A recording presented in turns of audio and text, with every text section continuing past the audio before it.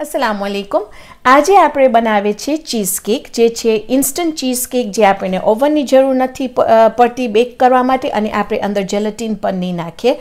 તો ચાલો આપણે શરૂ કરીએ. આ બહુ સિમ્પલ ઇન્ગ્રેડિયન્ટ્સ છે. અહીંયા છે મારી પાસે રેડીમેડ ક્રસ્ટ, જે હું વાપરું છું, કારણ કે મને ખપતું હતું કે આ રેસિપી સાવ ઇન્સ્ટન્ટ થાય. તમે ન એમાં ગ્રેમ ક્રેકર ક્રસ્ટ બનાવવું ખપે, ખાલી જલ્દી તમને કાંઈ બનાવવાનું હોય તો. ને હું દર વખત મારી પાસે 6-7 કબાટમાં હોય જ આ ક્રસ્ટ. કોઈક વખત મને જલ્દી બનાવવાનું હોય ડિઝર્ટ, તો મને ખબર છે કે હું મારું ક્રસ્ટ તૈયાર છે. તો કાં તો તમે 2 વાપરી શકો છો આ ક્રસ્ટ, અને એ શું થશે કે જરાક આમ શોર્ટ થશે, ટૂંકું થશે. પણ જો તમને એક જ ક્રસ્ટ વાપરવું હોય તો ઉપર સુધી આવશે. તો એ તમારા ઉપર છે કે તમને કેટલું મોટું તમારું ચીઝ કેક ખપે છે. એમાં આપણે નાખશું 1 કપ હેવી whipping ક્રીમ, એમાં છે અડધો કપ ખાંડ. અહીંયા છે મારી પાસે 8 ounce કુલ whip કે whip ટોપિંગ અહીંયા અમને મળે છે, એમાં મીઠું હોય છે. જો તમને આ રેડીમેડ ના મળે તો તમે 2 કપ whip ટોપિંગ નાખજો, અને ખાંડ તમારા ઉપર છે. તમે કાં તો 3/4 કપ નાખી શકો છો, કાં તો ફૂલ કપ નાખી શકો છો. અહીંયા છે મારી પાસે 8 ounce cream cheese, Philadelphia cream cheese. આપણે એમાં નાખશું 16 ounce સાવર ક્રીમ. અહીંયા છે મારી પાસે 1 ચમચો આપણે નાખશું, ઓર 1 ચમચી નાખશું આપણે વનીલા બીન પેસ્ટ. અને ઘણા માણસો મને કહે છે કે આપણે નથી વાપરી શકતા કારણ કે અંદર આલ્કોહોલ છે, પણ આમાં આલ્કોહોલ નથી, કારણ કે આ વનીલા બીન પેસ્ટ છે, અને આ છે મડાગાસ્કરથી છે. આ છે અહીંયા મારી પાસે સ્ટ્રોબેરી પાઈ ફિલિંગ. હવે જો તમને પાઈ ફિલિંગ ના મળે તો તમે ગ્લેઝ વાપરી શકો છો, કાં તો તમે જામ પણ વાપરી શકો છો. જો તમે બ્લૂબેરી બનાવવું હોય તો તમે બ્લૂબેરી જામ નાખીને તમે પછી ઉપર બ્લૂબેરીઝ નાખી શકશો. એમાં આપણે 1 ચમચી લેમન જ્યુસ નાખશું, અને પછી અહીંયા છે મારી પાસે હું લગભગ 3 પાઉન્ડ લીધી છું સ્ટ્રોબેરીઝ, જેને હું કાપી નાખી છું, ને થોડાક અહીંયા મારી પાસે બ્લૂબેરીઝ છે તૈયાર. તો ચાલો આપણે શરૂ કરીએ. હું એક ચીજ મારી ભૂલ થઈ છે. સાવર ક્રીમ આપણે 16 ounceની નાખીએ, 8 ounce નાખશું. તો 8 ounce કુલ whip, 8 ounce ક્રીમ ચીઝ, અને 8 ounce સાવર ક્રીમ. તો ચાલો આપણે શરૂ કરીએ.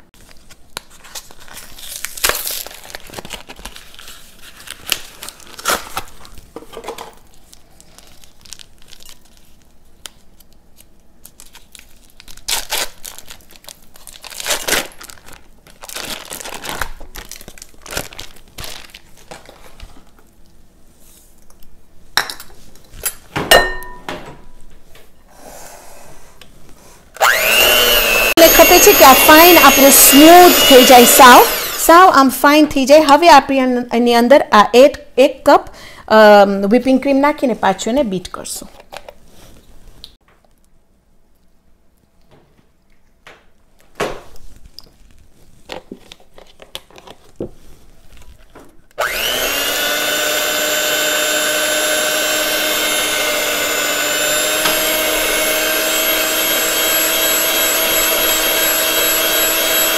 ખાલી એને બીટ કરું છું કે ખાલી આપણું whipping ક્રીમ જરાક ફાઇન રીતે આમ મિક્સ થઈ જાય, જરાક ઘાટું થઈ જાય, કારણ કે આપણે બહુ એને મિક્સ નથી કરવું, કારણ કે બહુ મિક્સ કરશું તો માખણ થઈ જશે.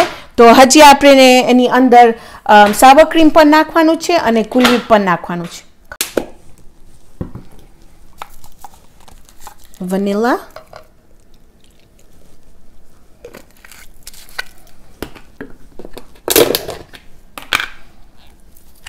sour cream,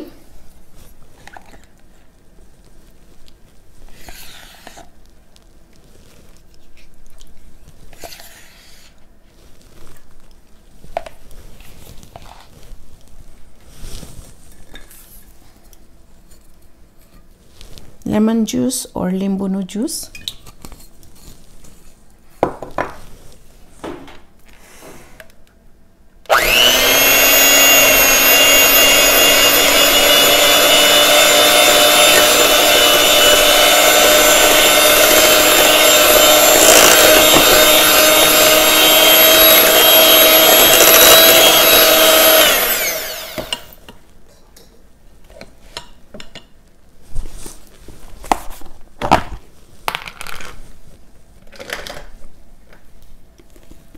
Cool Whip,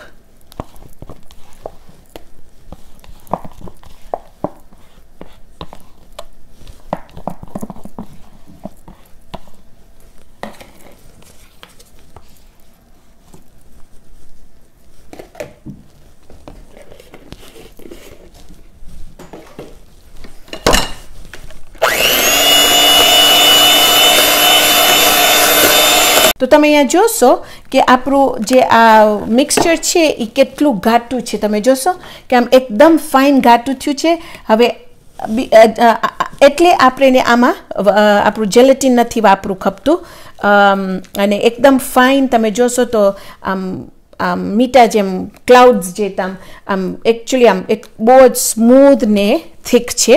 હવે આ ટાઈમે તમે એને સ્વાદમાં જોજો કે એમાં ઇનફ તમારી પાસે ખાંડ હોય અને તમારી પાસે ઇનફ વનીલા એસન્સ હોય. જો તમને એમ લાગે ખાંડ ઓછી છે તો તમે જરાક વધારે અંદર ખાંડ નાખજો.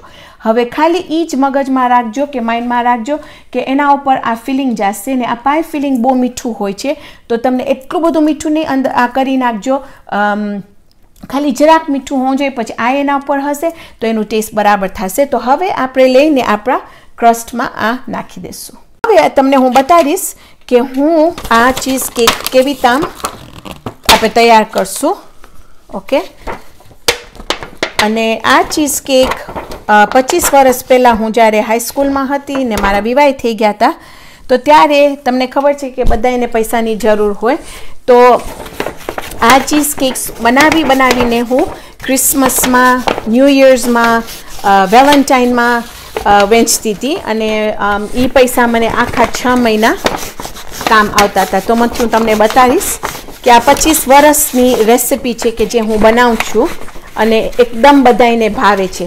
હવે તમે આ જો રેડીમેડ વાપરતા હો તો તમે ફાઇતે એનું ઉપરનું કાઢીને ફાઇતે લૂછી નાખજો તો ફાઇતે સાફ ક્લીન થઈ જાય.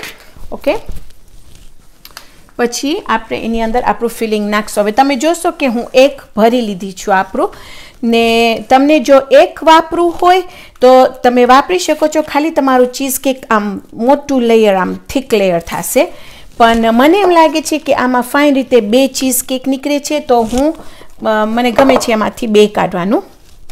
ને તમને જો ખાલી એક જ બનાવવું હોય તો તમે રેસિપી પણ અડધી કરી શકો છો, પણ મારા ઘરમાં એક કોઈ દિવસ ઇનફ નથી થતું, કારણ કે પછી હું શેર કરું છું બધા સાથે મારું ચીઝ કેક. તો તમે જોશો કે એનું ફાઇન લેયર થાય છે. તો શું હવે આપણા પાસે ઉપર જગ્યા પણ હશે આપણું ટોપિંગ નાખવાનું, ને પછી આપણું સ્ટ્રોબેરીઝ ઉપર નાખવાનું. તો હવે આપણે એક વખત આપણે એવી રીતે નાખી લઈએ. ઓકે,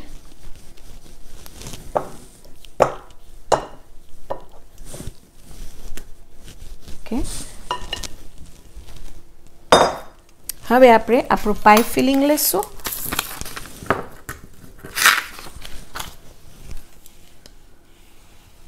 અને હું ખાલી પહેલાં થોડું નાખીશ.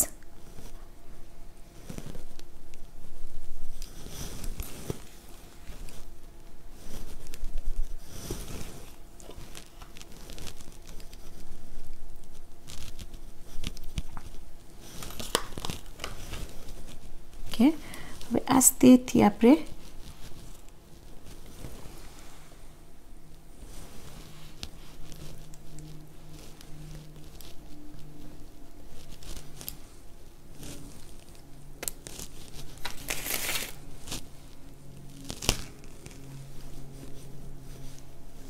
અને જો તમને આનાથી વધારે નાખવું હોય તો બિલકુલ તમારા ઉપર છે, પણ મને થાય છે કે આ ઇનફ છે. હવે આપણે આપણું સ્ટ્રોબેરીઝ અને બ્લૂબેરીઝ એવી તામ એને ફાઇન રીતે શરૂ કરશું સજાવવા માટે. તો પહેલાં હું બારેથી શરૂ કરીશ ને એને ઓવરલેપ કરીશ અવિતામ, ને બધાય અવિતામ પાંગા કરી નાખીશ.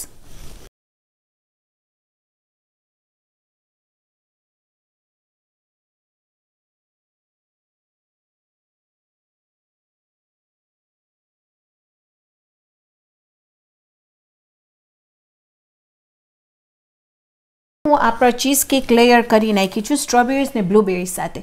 મને તમને બતાવ્યું હતું કે તમે 2 રીતે ચીઝ કેકને નાખી શકો છો, સ્ટ્રોબેરીઝને નાખી શકો છો. એક ચીજ છે કે જે આ ફ્લેટ પાર્ટ છે અહીંયા એ બારે છે, અહીંયા તમે જોશો તો એના કિનારી બારે છે. તો તમે જોશો કે 2 ડિફરન્ટ લુક દે છે ચીઝ કેકને. તો તમારા ઉપર છે કે તમને જેવી તામ એને સજાવવું હોય. હવે એક રીતે છે કે તમે આ સ્ટ્રોબેરી લઈ અને એને સાવ નીચે સુધી નહીં કાપો, પણ એને પાતરા પાતરા સ્લાઇસીસ કરજો અને પછી તમે ખોલશો તો અવિતામ લાગશે, તો એ તમે એને વચમાં નાખી શકો છો અવિતામ. પછી જો તમે પાસે આખો સ્ટ્રોબેરી હોય તો તમે આખો સ્ટ્રોબેરી એને વચમાં નાખી શકો છો. અને પછી જો હજી તમારી પાસે આમ જગ્યા હોય તો તમે એની અંદર વધારે સ્ટ્રોબેરીઝ નાખી શકો છો. તો એક રીતે ખાસ તમારા ઉપર છે કે તમને કેવી તમે એને સજાવું છે. અને તમારી પાસે બ્લૂબેરીઝ હોય ને તમને બ્લૂબેરીઝ નાખવું હોય તો તમે એ પણ કરી શકો છો. તો હવે આપણું ચીઝકેક તૈયાર છે. તો હવે હું શું કરીશ કે એને કવર કરી અને આપણે એને ફ્રીજમાં નાખશું લગભગ 3 થી 4 કલાક માટે, કે એટલું જ કે ફાઇન રીતે કઠણ થઈ જાય. તો શું જ્યારે આપણે એને કાપે તો એકદમ ફાઇન રીતે એના સ્લાઇસીસ નીકળે. તો હું એને કવર કરી ફ્રીજમાં નાખીશ, આવીશ ઇન્શાલ્લાહ તમને બતાવીશ આપણે કાપશું કે આપણું ચીઝકેક. હું અહીંયા સ્લાઇસ કરી છું અને અંદર તમને દેખાશે કે કેવું ફાઇન રીતે ગાંઠું આમ ફાઇન છે, આપણું ફાઇન સ્ટેબલ છે. પણ મને લાગે છે 4 કલાક નહીં, તમને આખી રાત રાખશો તો વધારે ફાઇન તે એના પીસીસ નીકળશે. હવે આપણે આ લેશું ને હું તમને ટ્રાય કરીને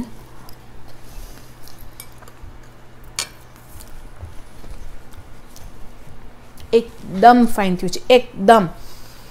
એમાં એટલું બધું ખાંડ નથી, ઓલા ફ્રેશ સ્ટ્રોબેરીઝ છે એની અંદર, બ્લૂબેરીઝ છે, એકદમ ફાઇન થયું છે. હવે મને ખબર છે કે તમે ટ્રાય કરો અને તમે મને કહેજો કે તમને કેવું લાગે છે.